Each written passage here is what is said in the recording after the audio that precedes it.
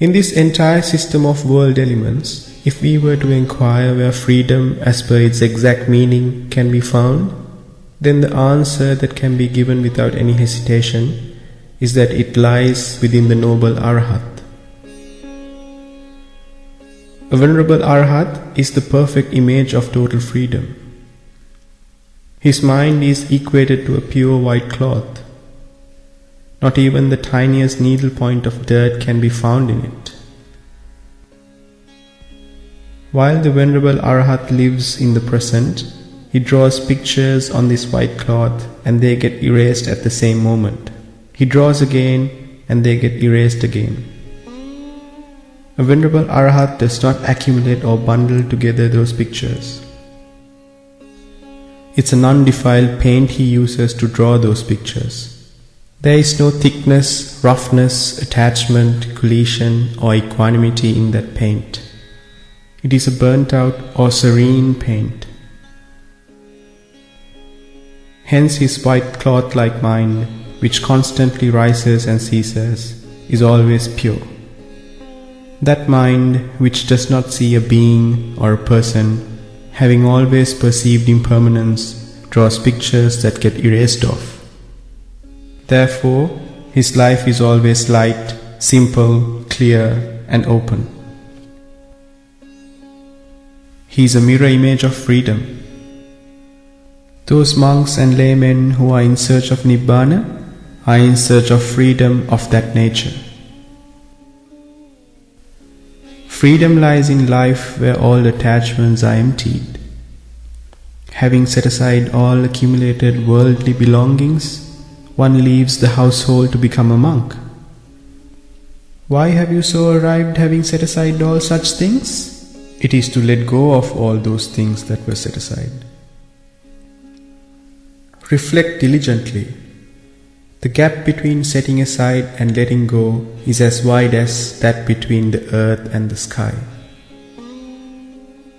Once becoming a monk, one must train to let go of those things which were set aside. What are those that were set aside? Father, mother, relatives, businesses, land and houses, social status. In short, you have set aside such things that are binding to the six sense bases.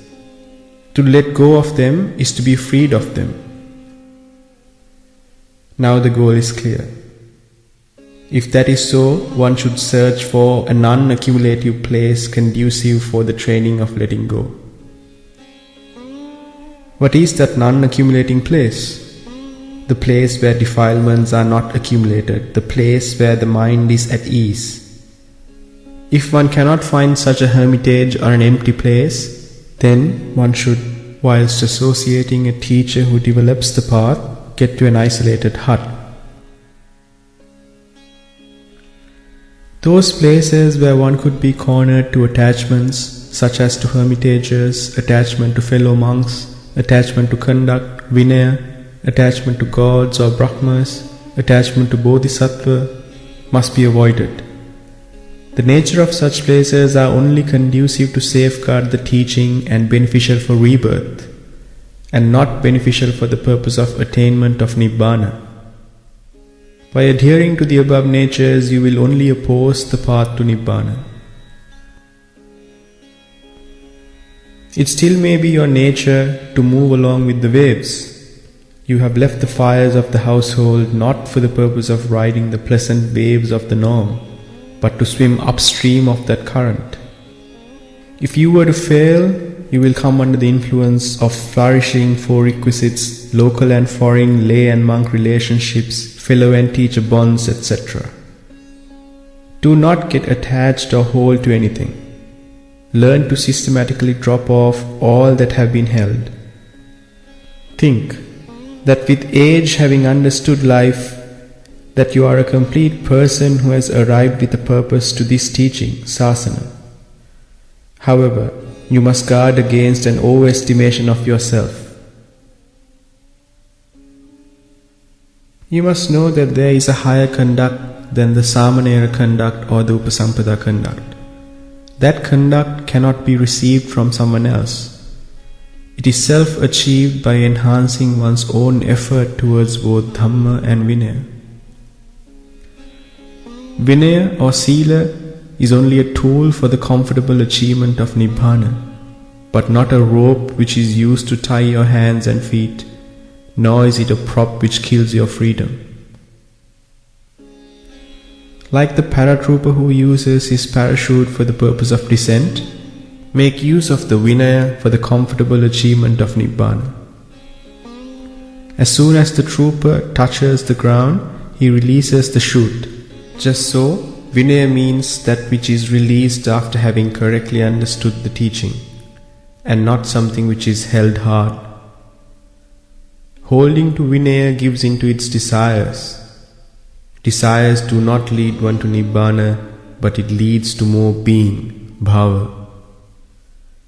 One must carefully watch that one is not trapped in thoughts such as, I am in the Vinaya, or the Vinaya is in me. Sila or Vinaya means mindfulness and presence of mind. Dhamma means the true nature of things. Nature of Dhamma is anicca, which means impermanence. To observe impermanence with mindfulness and with the presence of mind is to live in Dhamma and Vinaya. Vinaya is essential not to make repeated wrongdoings. The Puthajjana mind is of the nature to do wrong. Having clearly understood and seen this, one must weed out wrong conduct. To dedicate oneself to Vinaya is a weakness. Without dedicating to Vinaya, one must remove one's weaknesses with mindfulness and the presence of mind. If there are 100 books written on Vinaya, and having stacked them one on top of the other, then on top of all, place a label with the Buddha word, Chetanaham bhikkhave kammam vadami. Intention, monks, is kamma, I declare. If one is not confident, not skillful, is conceited, agitated, suffering from an obsession to attain the fruits of the path, then consider to train under a teacher in a disciplined manner. If not, you will be lost. Do not overestimate your ability. Be intelligent in making decisions. Do not be slow or hurried. Be freed from timetables, pre-planning or set order. In the same natural way the moon, the sun, the ocean and the earth behave without any effort, develop the path to Nibbana with your own natural way with ease. Be a part of nature. Do not keep a gap between you and nature. Compare your thoughts with the sun which rises or the moon which descends. Be a warrior who travels upstream in search of freedom.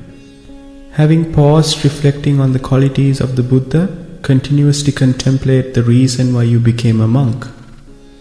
Every moment you contemplate in such a manner, you see the Lord Buddha through your own experience.